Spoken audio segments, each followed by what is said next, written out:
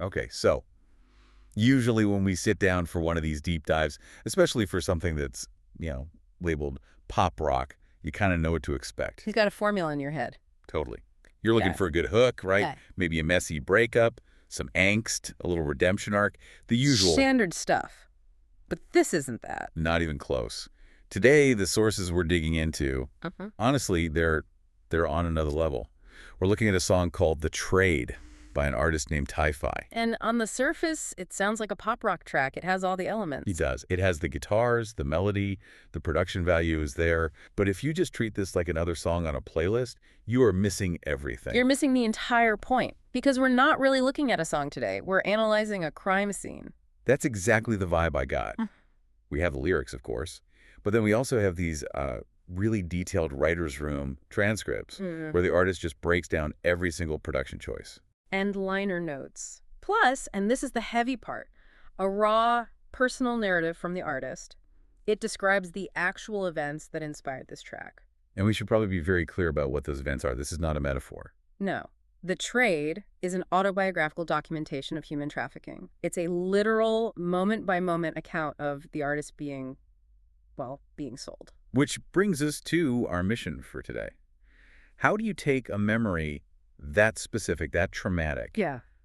the realization that you are being used as actual currency, and how do you translate that into sound? Right. How do you engineer a kick drum to sound like dread? How do you pick a tempo that feels like trauma itself? It's the forensic audio engineering. Ti-Fi is basically reopening a police case that's gone cold, but her evidence is the mix. And her filing is the song itself. So let's get into that evidence. The sources call the first section of this the picture show.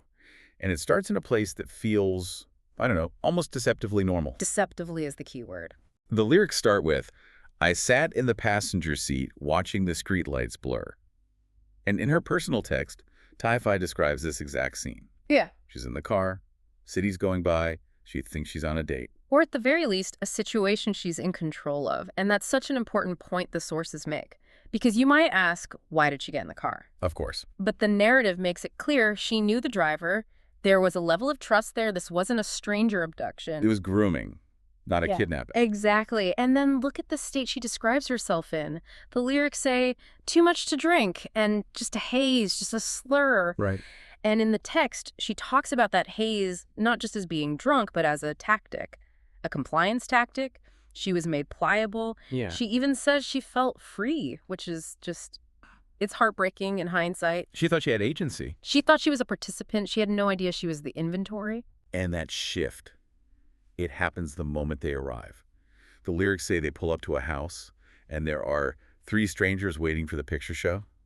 That phrase, picture show, it just made my skin crawl. It's designed to. It's meant to strip her humanity away instantly. You watch a picture show, you consume it, you don't interact with it. And once she's inside, that's it.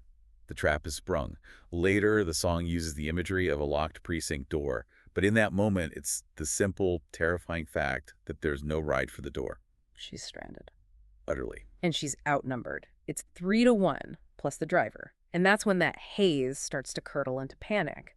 But we really need to talk about the driver. The guy she came with, the one she trusted. Because in the writer's room breakdown, Ti-Fi spends so much time analyzing him. The lyrics paint this picture. It's so chilling. The one who drove me, he never stepped in, just watched from the corner. That's the detail that stuck with me. He didn't participate in the assault? No, and according to the text, that's almost worse. He just stood there, in the corner. Ti-Fi asks, was he holding a camera? Was he stealing the view? So she doesn't even know if he was filming it. The ambiguity is part of the horror. But what is certain is his detachment. He wasn't a customer, he was the merchant. The merchant, wow. Think about it. If he joins in, he's just another abuser in the room. But by standing back, by just watching, he maintains this sick professional distance. He's just conducting business. That's terrifying. And I want to shift to how that terror is actually, constructed in the music itself, because the sonic architecture here is so deliberate. Oh, not a single sound is accidental. Every frequency is a choice. Okay, so in the writer's room notes, they talk about the tempo. Apparently, the first version of this song was fast, like 150 BPM. Which makes sense for an angry song, right? That's punk rock speed, it's adrenaline, it's fight or flight. It's aggressive, yeah. But when they tried it that way, Ti-Fi apparently just stopped the session. The source says she realized a fast tempo was a lie. because the trauma itself, it didn't feel fast. She said it was like moving through molasses or wet cement. Exactly. Trauma messes with your perception of time. It slows everything down to this agonizing crawl. So they made this radical choice. They cut the tempo in half. The final song is just 75 BPM. Okay, so for those of us who aren't producers, what does 75 BPM feel like? 75 BPM. It's basically a resting heartbeat. It's a trudge. If 150 BPM is running for your life, 75 is like walking through waist-deep mud. Wow. It forces you, the listener, to wait for that next beat. You can't rush it. You're trapped in the pacing of the song, just like she was trapped in that room. It makes the whole thing physically uncomfortable to listen to, which I guess is the goal. It has to be. And what about the drums? The note said they specifically avoided like a snappy, normal snare sound. Yeah, they went for these deep, industrial thuds.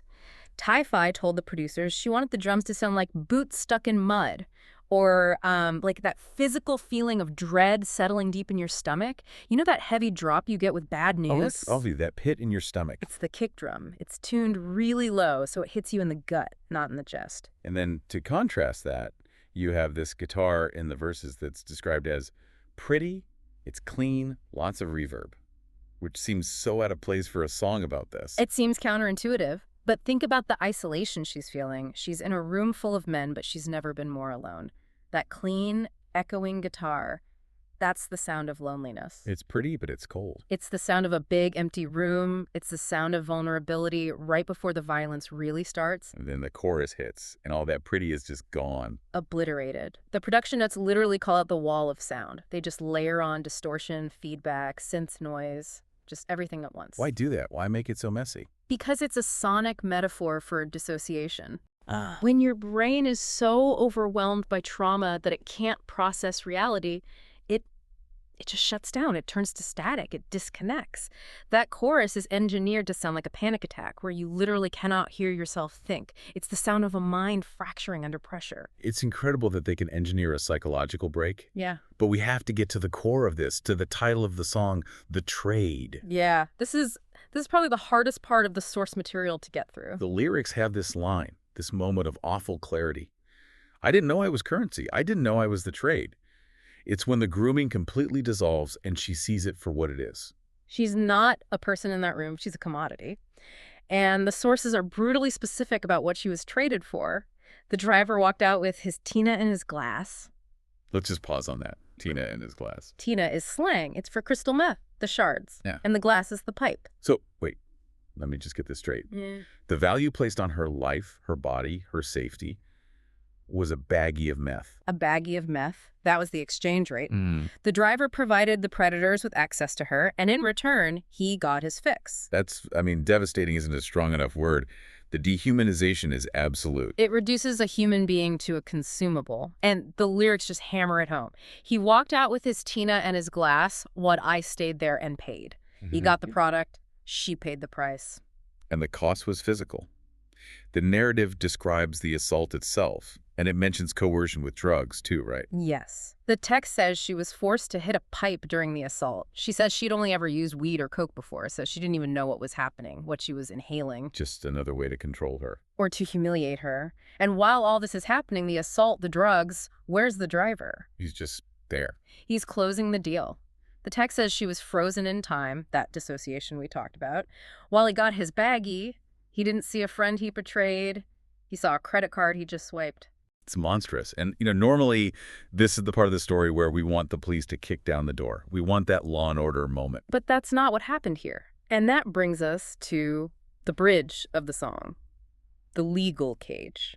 The whole energy of the track shifts in the bridge. Her vocals go from being melodic and sad to just this gritty, raw belting. Because this is where the grief finally turns into rage. This is the artist today, looking back, and the line is, they say it's entrapment if I make the call. Entrapment. That's a very specific legal term. What is she saying there? Because she knows who these men are. Oh, she knows exactly who they are. The sources imply she knows where to find them, and her first instinct is to catch them.